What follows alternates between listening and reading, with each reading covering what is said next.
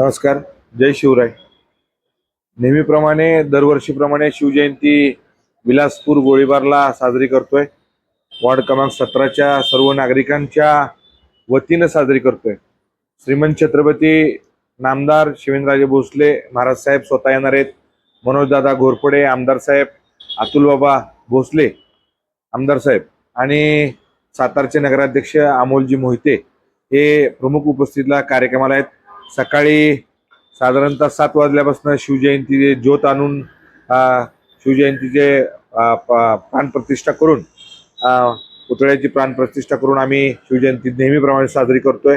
मला माझ्या विलासपूरच्या सर्व नागरिकांना आवाहन करायचंय की तुमची सगळ्यांची शिवजयंती आहे, माझी एकट्याची शिवजयंती नाही. तुम्ही सर्व या शिवजयंतीत सामील व्हाल, सहभागी व्हाल आणि नेहमीप्रमाणे आपण महाप्रसाद रात्री सायंकाळी ठेवलाय. नेहमीप्रमाणे आपली पदयात्रा हे मिरवणूक जे शिवाजी महाराजांची आहे, तर ते आपण सगळीजण यावं अशी नम्र विनंती आहे. आणि सगळ्यांना विलासपूर गोळीबारच्या सगळ्यांना महाप्रसाद म्हणून आपण ठेवलेला आहे, ते बी महाप्रसादचा सगळ्यांना लाभ घ्यावा.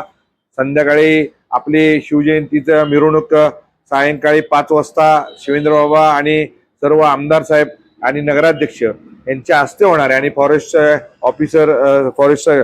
ऑफिसर साहेब ते बी असणार आहेत. आपण सगळ्यांना कळकळीची माझी विनंती आहे, ही शिवजयंती माझी एकट्याची नाही, विलासपूर गोळीबारच्या सर्व नागरिकांची शिवजयंती आहे. अध्यक्ष उपाध्यक्ष सगळेच या शिवजयंतीला सामील होणार आहेत. अध्यक्ष काही दिवसापूर्वीच आपल्या या कार्याची दखल घेत आपल्याला शिवछत्रपती पुरस्काराचाही पुरस्कारही देण्याची जाहीर करणार आहे, त्याबद्दल काय सांगा? काय नाही, शिवछत्रपती पुरस्कार माझ्यासारख्या छोट्याशा फिरोज पठाणला, शिवाजी महाराजांच्या मावळ्याला आणि शिवेंद्रबाबांचा एक निष्ठावंत मी कार्यकर्ता आणि मावळा मला मिळाला.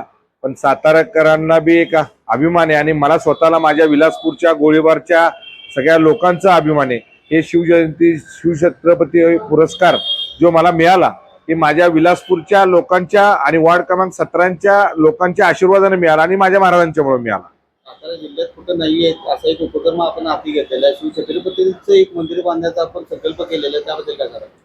नेहमीप्रमाणे छत्रपतींचं मी मागच्या वर्षी बी घोषणा केली, त्याच्या आपले पाठपुरावा चालू आहे आणि मी 100% माझ्या महाराजांच्या माध्यमातून, माझे महाराज श्रीमंत छत्रपती शिवेंद्रराजे भोसले यांच्या माध्यमातून मी 100% मंदिर बांधायचा प्रयत्न करणार आहे. आणि मंदिर बांधायचं हा माझा जागेचा विषय आहे.